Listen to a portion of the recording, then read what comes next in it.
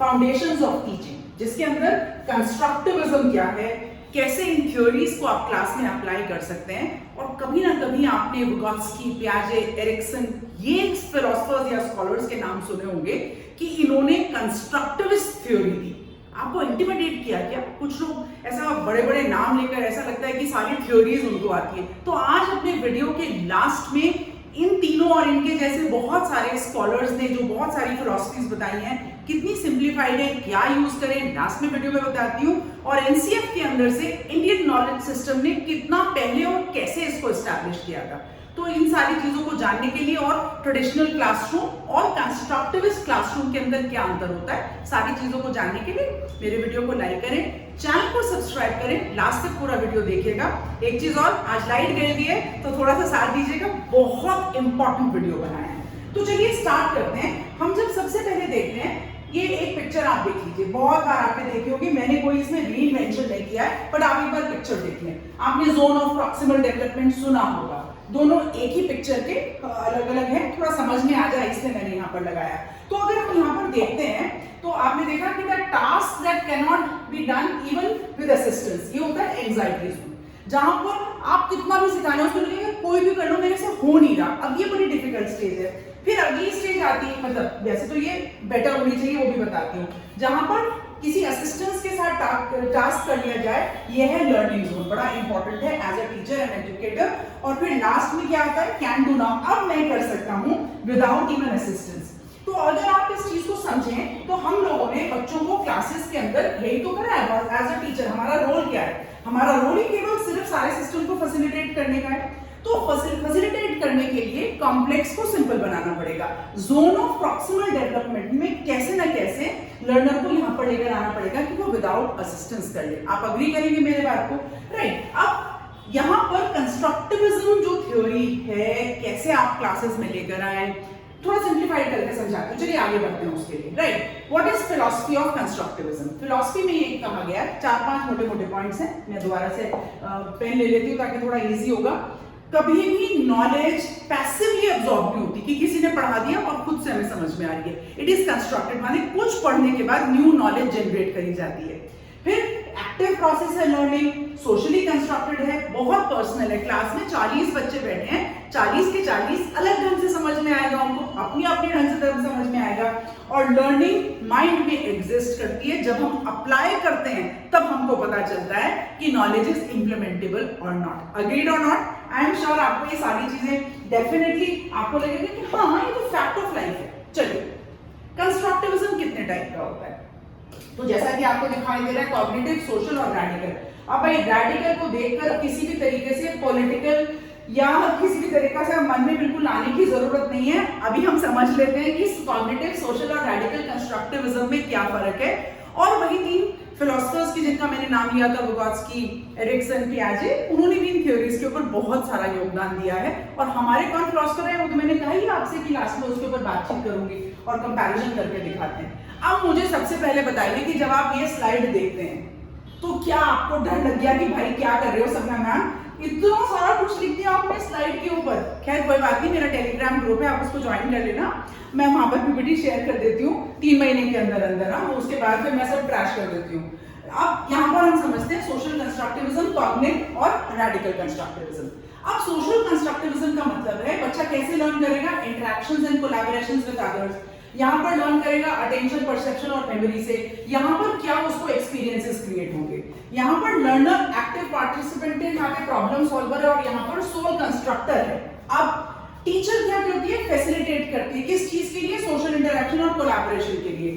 Teacher information provide करवाती है और उस इंफॉर्मेशन को कंस्ट्रक्ट करता है स्टूडेंट। टीचर एनकरेज करती हैं या करते हैं ताकि बच्चा कुछ नई न्यू नॉलेज, ओन नॉलेज को कंस्ट्रक्ट कर पाए। तो आप तीनों में डिफरेंस समझ रहे हैं? दोबारा आगे बढ़ते हैं। लर्निंग सोशल प्रोसेसेस के लिए हो रही है। क्यों बच्चा कोलैबोरेशन, नेगोशिएशन, रिफ्लेक्शन ये करे?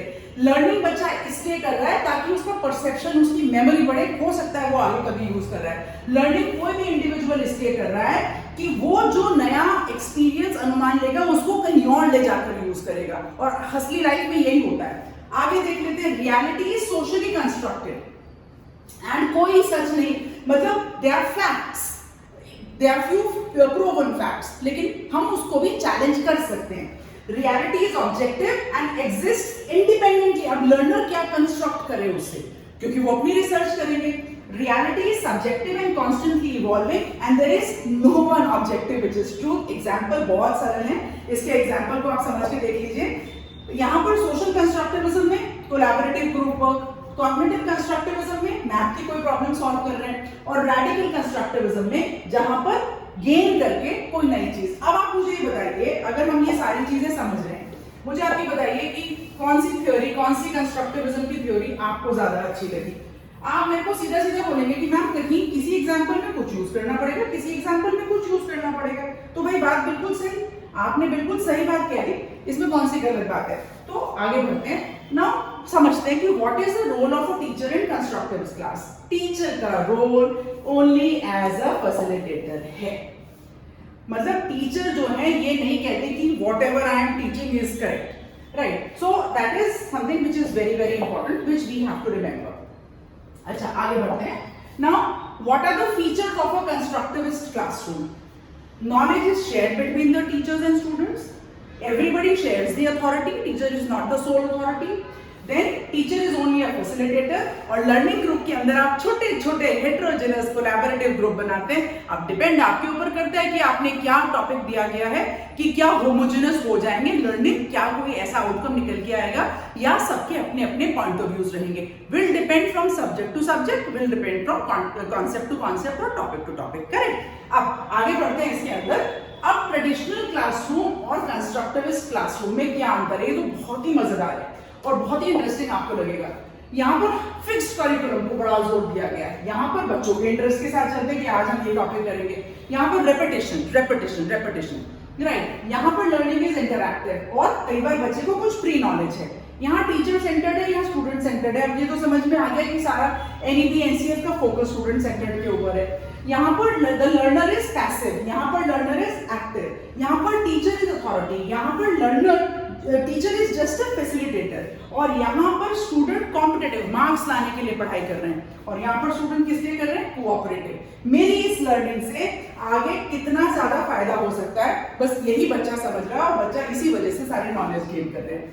तो इंटरेस्टिंग, बहुत ही ज्यादा मजेदार चल रहा है। अब पेडागोजिकल गोल्स ऑफ कंस्ट्रक्टिविज्म जो क्लासरूम होती है उसकी क्या है। इस स्लाइड को फिर से जरा क्षण भर ध्यान से देखिए। मैंने इसको जोन ऑफ प्रॉक्सिमल डेवलपमेंट की तरह से ही बनाया है। अगर आप ये सेंटेंस पढ़ेंगे तो ये आपको कॉम्प्लेक्स लग सकता है, और अगर आप ब्रैकेट वाला पढ़ेंगे तो आपको ये सिंपल लग सकता है, and that is a rule. बस इतनी सी हैंड होल्डिंग करिए। तो मैं ब्रैकेट वाले पढ़ रही हूँ, कॉम्प्लिकेटेड आप खुद पढ़ लें। Students determine how they will learn, then teacher evaluation of alternative solutions. बच्चे ने कोई और सॉल्यूशन दे दिया, like what do you do with the nose, I breathe, I smell. दोनों आंसर करेक्ट है ना, या आई स्नीज, कुछ भी हो सकता है भाई नोज से। एक तो अल्टरनेटिव सॉल्यूशन दे दिया उसने, इट्स ओके, राइट। नेक्स्ट यहाँ पर ऑथेंटिक टास्क होंगे, ऐसे कोई एब्स्ट्रैक्ट में टास्क, जस्ट इमेजिन, हाइपोथेटिकल। हम केवल बच्चे को ऐसे नहीं लेके जाते हैं कि मतलब जस्ट सिर्फ उसको इमेजिन करवा रहे हैं। स्टूडेंट सेंटर्ड है, कोलैबोरेशन है, आप वीडियो ऑडियो टेक्स्ट कुछ भी यूज करेंगे, रिफ्लेक्शन एंड मेटाकॉग्निशन, उसको अंडरस्टैंडिंग क्लियर हो रही है कि नहीं हो रही है। अब मुझे बताइए, क्या ये थ्योरी कहीं से भी डिफिकल्ट लग रही है, या लग रहा है ऐसा कि हम इसको अप्लाई नहीं कर सकते क्लास में? 100% आप अप्लाई कर सकते हैं। अब ये तीनों जिनका मैंने नाम लिया था और इसके तुरंत बाद हम लेकर आ रहे हैं एनसीएफ को। हमारे इंडियन नॉलेज सिस्टम्स में कितनी सरलता से इसको समझाया गया था। अब विगोत्स्की ने बहुत बढ़िया फिलोसफर रहे हैं, उन्होंने कहा कि बच्चे जो हैं ओवरऑल सोशल कल्चरल कॉन्टेक्स्ट से इफेक्टेड होते हैं कि वो जहां रह रहे हैं। सही बात है भाई, इसमें कौन सी बड़ी बात है। पियाजे ने कहा कि कॉग्निटिव डेवलपमेंट यूनिवर्सल है और फिजियोलॉजिकल फैक्टर्स, वो किससे बातचीत कर रहे हैं, क्या प्रभाव पड़ रहा है, लोग क्या सोचते हैं, बिल्कुल सही बात। एरिक्सन ने कहा कि पूरी जिंदगी भर बच्चा सीखता रहता है, बिल्कुल सही बात, 100% सही। अब एनसीएफ में 6 प्रमाण लिए गए हैं, प्रत्यक्ष, अनुमान, उपमान, अर्थपत्ति, अनुपलब्धि और शब्द। और आप खूबसूरती देखिएगा कि टीचर को पिवटल पॉइंट पर लेकर आए हैं, यहाँ पर आखिरी तक आते आते समझा देती हूँ बहुत सरलता से। ये एनसीएफ 22-23 फॉर स्कूल्स, अगर आप पीडीएफ में डाउनलोड करेंगे, ना हो तो मुझे कमेंट में डालिए, मैं शेयर कर दूंगी आपके साथ पीडीएफ टेलीग्राम ग्रुप के अंदर। अब प्रत्यक्ष क्या, डायरेक्ट। यहां पर हम रोड लर्निंग इज बैड, लेकिन स्मृति को नहीं भूल सकते। स्मृति का मतलब मनन करना। अगर हम कुछ चीजों को कंठस्थ नहीं करेंगे, हमें याद नहीं रहेगा, तो जिंदगी में उसको अप्लाई नहीं कर पाएंगे। सो that is what is discussed over here, which is very very interesting. अगर आप देखें तो बच्चा पांचों सेंसेस से सीख रहा है, अपने अनुभव से, दैट इज प्रत्यक्ष, राइट, और अपने अनुभव पर, और फिर याद रखता है उसको स्मृति करके। अनुमान का मतलब अंदाजा लगा रहा है, इन्फ्रेंस, ऐसा हो सकता है। कैसे? Conclusions from observations, that is अनुमान। उपमान का मतलब है कंपैरिजन, वहां उस सिचुएशन में ये हुआ, यहां इस सिचुएशन में ये हुआ, तो what are the similarities and differences, और फिर वो अपनी वैलिड न्यू नॉलेज क्रिएट कर रहा है। अर्थपत्ति का मतलब है सर्कमस्टेंशियल इम्प्लीकेशन, मतलब ये हुआ इस वजह से ये हुआ, so there is a circumstantial implication over here. अनुपलब्धि का मतलब, मैं तो आपको सर्जिकल स्ट्राइक का एग्जांपल देती हूँ। जब सर्जिकल स्ट्राइक हो रही थी तो पता नहीं चल रहा था कि क्या हो रहा है। ऐसे ही कहीं जंगल में या किसी गांव में अगर रात को कुत्ते नहीं भौंके तो इसका मतलब वहां कुछ नहीं हो रहा है, नहीं, वहां शेर हो सकता है।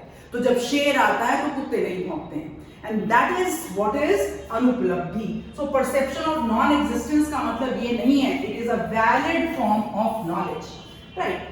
अब शब्द का मतलब है अगर कोई भी इंफॉर्मेशन अवेलेबल नहीं है, this is for all you teachers, उस वक्त the teachers point of view is correct, वहां पर टेस्टिमनी ऑफ एक्सपर्ट को वैलिड मान। गुरु का अर्थ यही है, गुरु ने कह दिया, इसका मतलब वो बिल्कुल सही है, right. And that is why ये सारे जो प्रमाण हैं एंशिएंट इंडिया के अंदर से हम लोग इसको यूज करते चले आ रहे हैं।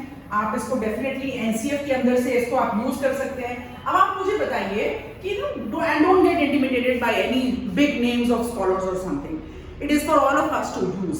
आप इस कंस्ट्रक्टिविस्ट थ्योरी को अपनी क्लास के अंदर अप्लाई करें। मेरे से क्या हेल्प चाहते हैं आप मुझे जरूर बताएं। मैं हमेशा कहती हूँ that everybody has a right to say I big wonder.